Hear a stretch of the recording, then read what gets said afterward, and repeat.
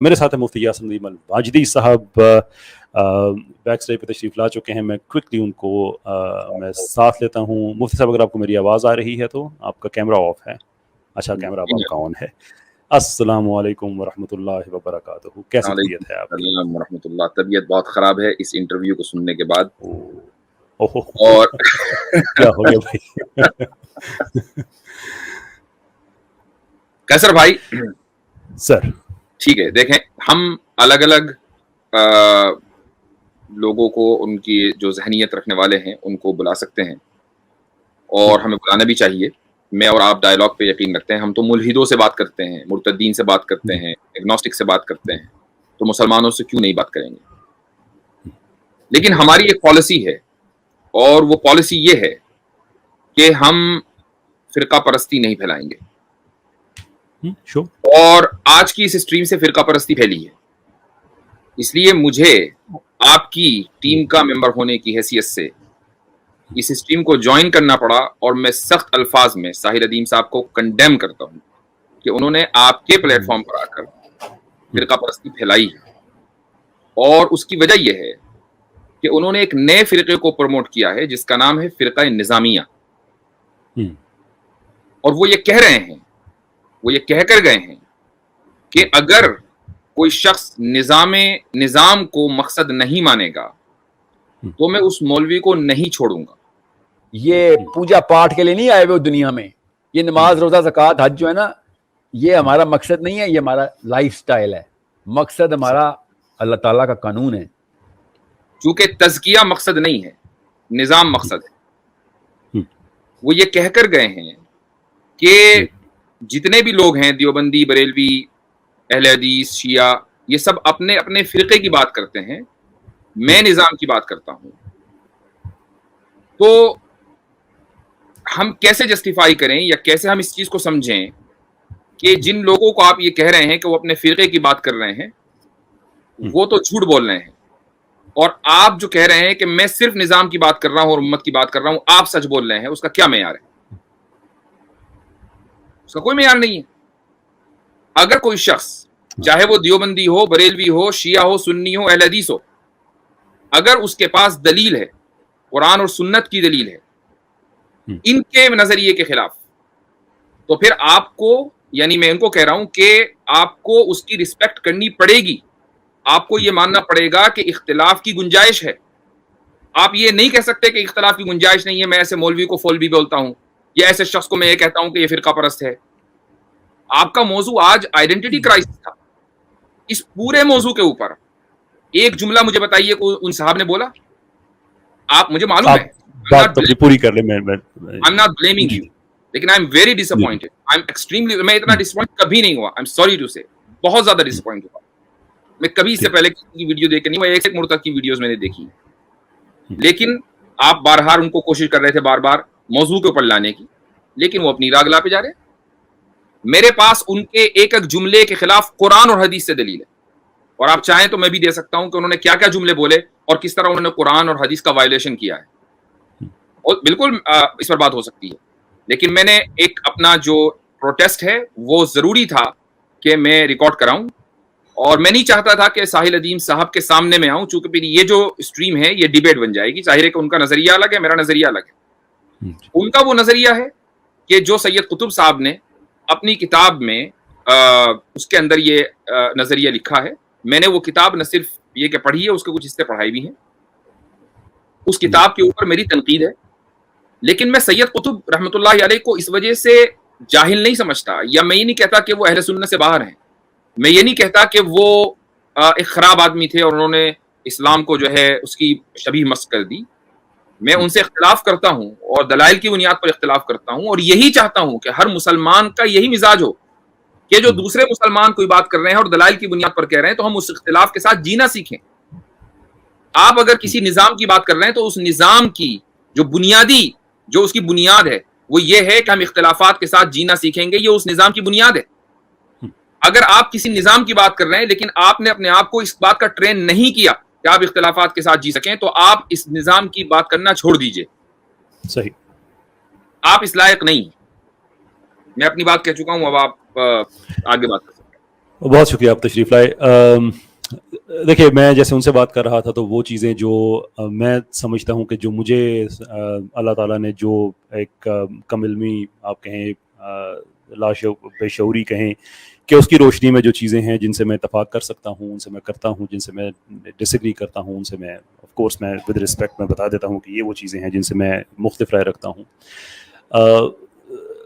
میرے نزدیک مفتی صاحب اصل ہمارا یہ this is one of the biggest problems that we are dealing with کہ, اور یہ بات میں ان سے بھی کہہ رہا تھا کہ اگر آپ یہ سمجھتے ہیں کہ باقی جو مسالک ہیں ان کے اکابرین ایک دوسرے کو کہتے ہیں تو آپ بھی تو وہی اسی چیز میں ایکسٹینڈ کر رہے ہیں جس کا انہوں نے اپنا دفاع کیا کہ نہیں میں نظام کے لیے کرتا ہوں, وہ ذاتیات کے لیے کرتے ہیں. فیئر انف, آپ اسے آپ اتفاق نہ کریں, دیٹس ون تھنگ. لیکن میرا بحیثیت مسلم جو کام میں نے شروع کیا ہے اس کی بیس ہی اس چیز پہ ہے کہ we have to move on, کہ فلاں میں اپنے آپ کو بارڈر کا سپاہی اسی لیے کہتا ہوں کہ میرے پیچھے اہل حدیث ہیں یا اہل تشیع ہیں یا بریلوی ہیں یا جیسے ساحل ادیم صاحب کی فکر رکھنے والے لوگ ہیں, جیسے بھی یہ کام کر رہے ہیں سب اپنے اپنے ذہن کے مطابق دین کی خدمت کا کام کر رہے ہیں. آئی ڈس ایگری ود دی آئیڈیا کہ ہم اس کو زیادہ ایکسپلورڈ کر دیں. میں یہ چاہتا ہوں کہ سب کی نیت تو ٹھیک ہے تو سب اکٹھے رہ کے کام کریں, فکری اختلافات اپنی جگہ پہ, وہ سمجھتے ہیں کہ نہیں نظام کا بہتر ہے, آپ سمجھتے ہیں نہیں تزکیہ والا بہتر ہے, یا کوئی بھی آپ کی رائے یا کوئی اور سمجھتے ہیں. سو فار دیٹ ریزن میں پارٹی آپ سے بھی میں ڈس ایگری کرتا ہوں اس حوالے سے کہ میرا جو ویو ہے وہ یہ ہے کہ what ever the idea is, جو بھی اختلاف ہے, ہمارے پاس ایک ایسے ہم اس وقت میں زندہ ہیں کہ ہمارے پاس ایک طرف ایتھیسٹ, کرسچنز, لبرلز, پوری دنیا ایک طرف کھڑی ہوئی ہے اور ایک طرف ہم کھڑے ہوئے ہیں اور بدترین حالات سے گزر رہے ہیں. ہم یہ افورڈ ہی نہیں کر سکتے کہ میں اس چیز پہ بھی آپ کو غلط ثابت کروں گا اور اس پہ بھی غلط ثابت کروں گا. میرے نزدیک ویو یہ ہونا چاہیے کہ آپ کو چیز اس طرح سے سمجھ آتی ہے لیکن آپ دین کے لیے کام کرنا چاہتے ہیں, ٹھیک ہے آپ کریں, آپ نظام کی بات کریں, کوئی ایشو نہیں ہے. یا میں نظام کی بات کر رہا ہوں, آپ تزکیہ والے ہیں, ٹھیک ہے آپ تزکیہ پہ کام کریں, تزکیہ نفس پہ کام کریں, مدارس میں کام کریں, مسجدوں میں کام کریں. نیت جو سب کی اپنی ٹھیک ہے, جو اسکل سیٹ ہے, نہ سب ساحل ادیم بن جائیں, نہ سب مفتی یاسر ندیم الواجدی بن جائیں, نہ سب کیسر احمد راجہ بن جائیں, جو ہمارا اسکل سیٹ ہے. تو اس حوالے سے میں سمجھتا ہوں کہ یہ ڈائیورسٹی ہمیں ہونی چاہیے. میں نے آپ سے اختلاف نہیں کیا, میں تو خود یہ کہہ رہا ہوں کہ ساحل ادیم ہوں یا جہاں سے وہ اپنی فکر اخذ کرتے ہیں, سید قطب رحمۃ اللہ علیہ, ان کو رحمۃ اللہ علیہ کہہ رہا ہوں, میں ان کو عزت اور احترام سے بات کرتا ہوں. بہت سے لوگ ان کی فکر سے ڈس ایگری کرتے ہیں, لیکن نظام کی بنیادی ڈس ایگریمنٹ ہے آپس میں, جو ہے مختلف جو نظریات ہیں اس میں ڈس ایگریمنٹ. ہم کب کہہ رہے ہیں کہ فلاں صاحب نے یہ بات کی لہٰذا وہ اہل سنت سے خارج ہو گئے؟ ہم نے کبھی نہیں کہا.